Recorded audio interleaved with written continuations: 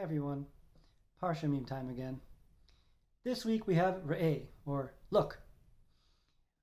Moshe tells the people that he has laid before them two options, blessing and curse. Blessings happen when you follow in Hashem's expectations. Curses happen when you turn away from what Hashem asks and follow foreign gods. These blessings and curses will be listed on two mountains. The Jewish people will be divided amongst these mountains, and one will talk about the blessings and one will talk about the curses. The blessings will be on Mount Gerizim and the curses on Mount Ebal. We are told of the holiness of Israel and that we must rid it of all forms of idolatry. We are instructed that from when we enter Israel, all sacrifices and service will be performed at a central location, not where everyone pleases.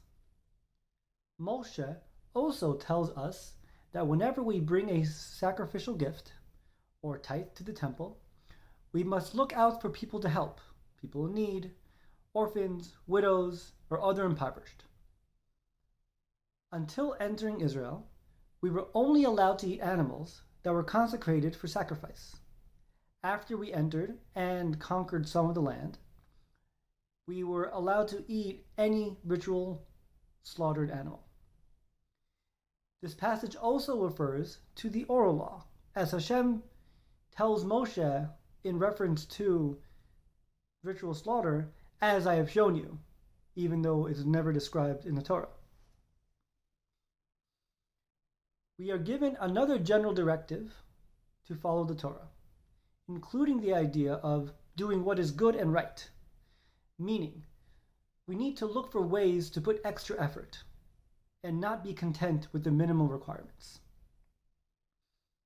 As we are supposed to distance ourselves from all form of idolatry and pagan worship, it's no surprise that we are not allowed to copy any form of service and incorporate it into our own.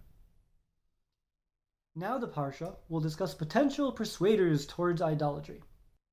We have the false prophet, who performs wonders and signs, and then proclaims that we must go follow foreign gods and worship them. The Torah makes it clear that the laws will never change. Next, we have a family member who is trying to seduce you in joining them in idolatry. Finally, we have an entire city that descends into idolatry. This is a very serious transgression, and the offering parties are removed. Hashem tells us that we have a parent-child relationship with him, and as such, we need to uphold that status. We cannot self-mutilate, especially when grieving a loss. Death is not the end, but merely the beginning. There is a recap of kosher animals and non-kosher animals. As a quick reminder, kosher animals have split hooves and chew their cud. Kosher fish have fins and scales. And birds, it's basically a list. We have the second tithe that needs to be eaten in Jerusalem or redeemed for money and then used to buy food to be eaten in Jerusalem. You'll always have more food and wine than you can consume alone. So it's basically go have a dinner party in Jerusalem with other people.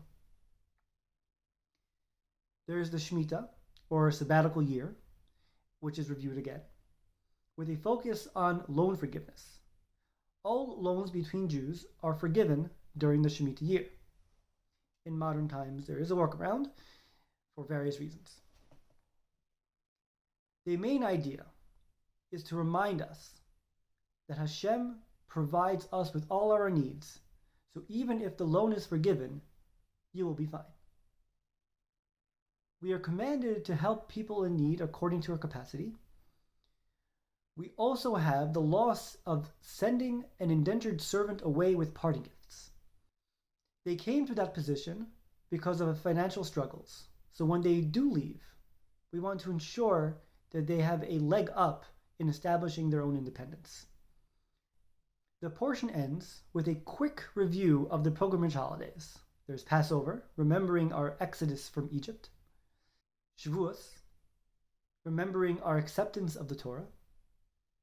And Sukkot, remembering Hashem's care and love for us in the desert. Thank you so much for watching. Hope you enjoyed. If you haven't yet, please subscribe. Until next week, keep meming.